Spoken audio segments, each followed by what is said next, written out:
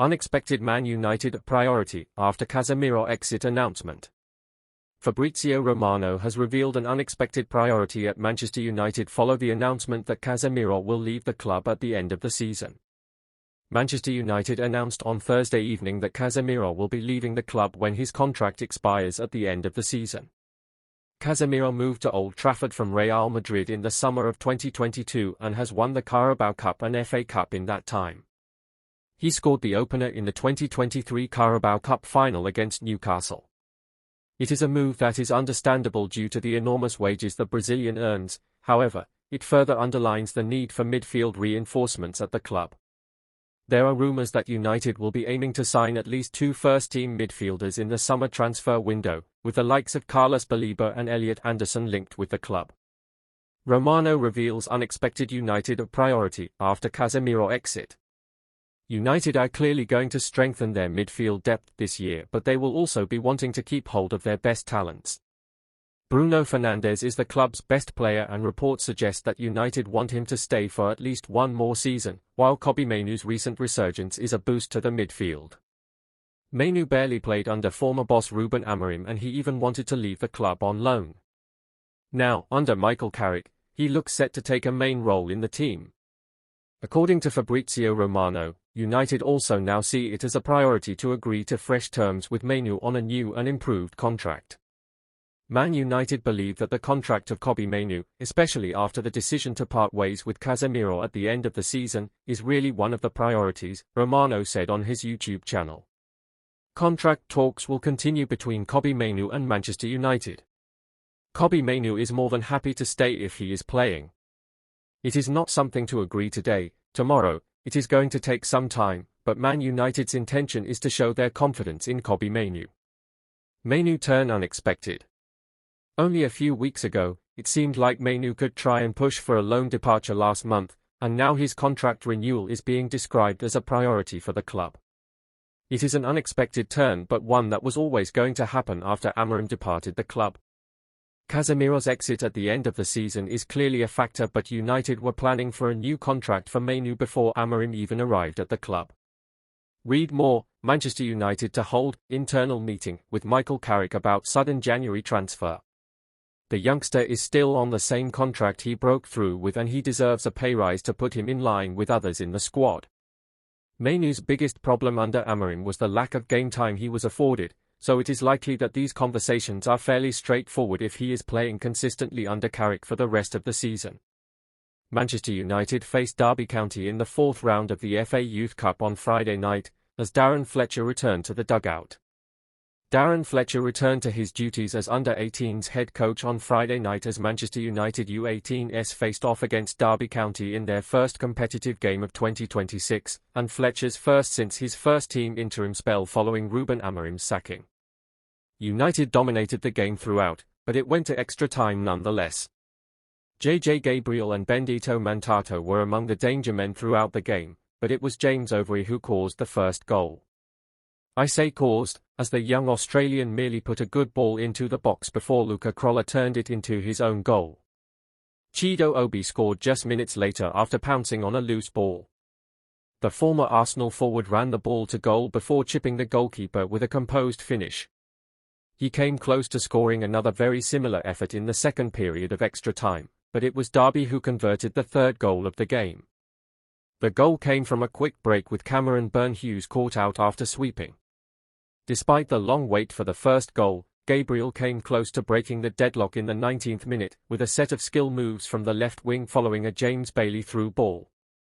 The 15-year-old took the ball inside, and out, and back in again before getting a shot, forcing a strong save by Cristiano, no, not that one, Gialek. United then took the game by the scruff of the neck, as Obi let rip with a countless number of shots before the half-time whistle, although none were good enough to get past Gialek. The Derby keeper came out of the first half with much praise as Fletcher's side struggled to break the deadlock despite what felt like thousands of chances. Gialek's brilliance was a trend that continued throughout the game and into extra time. His quick reactions to come off his line were the only reason Godwill Kakonki didn't net the first of the game in the 95th minute after an excellent solo run. Despite playing a somewhat regular role under Amorim, Obi was moved back to the under-21s team this season, so he could continue his development. However, Gabriel Biancheri's form has left him without a regular spot in the side, likely the reason behind his start for the U18s in the Youth Cup. After a corner in the first half, Fletcher could be heard shouting directly to Obi, "Chido, use your strength." But perhaps that is the issue. Obi has always towered above defenders of the same age, meaning he could use his physicality to overpower the opposition. He was always awarded time and space to get his shot off. Due to this, something he won't be afforded if he were to play for Michael Carrick's first team. The main thing for Obi for the rest of the campaign has to be playing regular minutes. With Louis Bradbury and Kai Rooney in the U18s, it may be best for the young Dane to look outside Old Trafford for a loan move. Obi's goal in the first half of extra time will give him confidence moving forward. If the striker had been sharper going into the game, perhaps he would have come out with 2 or 3. This was Fletcher's first game since moving back down to the U18s setup following his short spell in charge of the senior team. As he started with against Burnley, Fletcher played a 4-2-3-1 shape that shifted to a 3-2-5 system, a structure very similar to Amorim's, but there is one key difference. Amorim played Matheus Cunha as the left number 10 and Brian Mumo as the right number 10, a right footer on the left side and a left footer on the right, but Fletcher played James Bailey, left-footed, as the left-sided number 10 and Yori Yashar as the right-sided number 10, right-footed. Fletcher was allowed to make the change due to his inverted wingers, Gabriel and Mantato, offering the same balance, but with further unpredictability. Bailey and Shah played a key role in breaking down the Derby low block, something that couldn't regularly be said in United's first-team matches this season. His decision to stick with his system proved dividends in the end as United scored 2 in the first half of extra time, sealing their victory, despite Derby's late goal. Perhaps the former Scotland international's career in management will be longer than the 2 games in charge of United after all, although Fletcher's immediate joy will come from progressing into the 5th round. Gabriel was the star of United's last Youth Cup against Peterborough United. He scored the only goal of the game despite a dominant performance from Fletcher's side. The 15-year-old started the game as a left-winger, moving back to his more natural role as a spell at centre-forward with Louis Bradbury and Kai Rooney out injured, and he showed his true class. United were the much better side throughout the game, especially in the first 45 minutes when they couldn't break the deadlock. Gabriel continued to create chance after chance through his tricky wing play, but Cristiano Gialec continued to deny United's U18s stars until an ovary cross was turned into the goal by a Derby defender. While Gabriel wasn't directly in either goal himself, he played a selfless role throughout the game, creating chance after chance for his teammates until he was taken off in the 115th minute. Ewell Hellefu was not a name familiar to many before the beginning of the season. In fact, most fans of the academy weren't aware until his impressive performance against Barnsley's first team in the FA Trophy. Since then, he has mainly featured for the U18s, with Jacob Devaney and Jayden Camerson occupying the right-back spot for Travis Binion's U21s. With James Overy, who recently returned from the Asia Cup with Australia, also in the U18s, it could be time for at least one to earn a promotion. Camerson has impressed fans of the academy, but he's only recently returned from injury. Perhaps if he can prove his fitness before the end of January, he could be loaned out to a lower league side like fellow right-back Habib Ogunai at the start of the campaign. Hellefu offers a different profile to Camerson, as he likes to invert into midfield and impress with his consistency, rather than with outrageous dribbling or dangerous passes through the middle. The young right-back even moved into midfield when Rafe McCormack made way for James Overy before the end of the 90 minutes before moving to left-back just minutes later. A step up could be exactly the challenge he needs to continue his development. United were without Amir Ibrahimov and Jim Thwaites due to injury for their second Youth Cup game of the season. The former played a crucial role in the win against Peterborough United in the 3rd round in late December, as he captained the side. While United continued to break down the Derby defence, they often lacked the know-how to move the ball quickly, catching out the Rams before they could drop into their low block.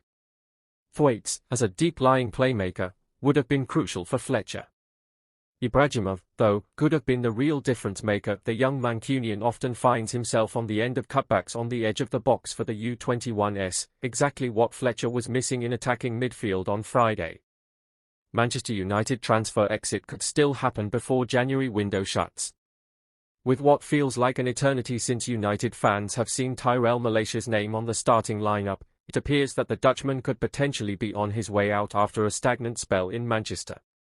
Since joining the Reds in 2022 from Dutch side Feyenoord after a late transfer hijack of Lyon, Tyrell Malacia has struggled to get a foot in the door at Man United.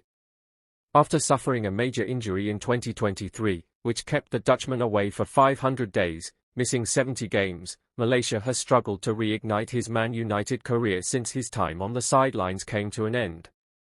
Since returning from a brief loan spell at PSV last season, where the left-back was able to return with an Eredivisie medal in his luggage, Malacia has still made little to no progress in reintegrating into the United squad, only playing in a 2-minute cameo to see out United's victory against Newcastle United in December.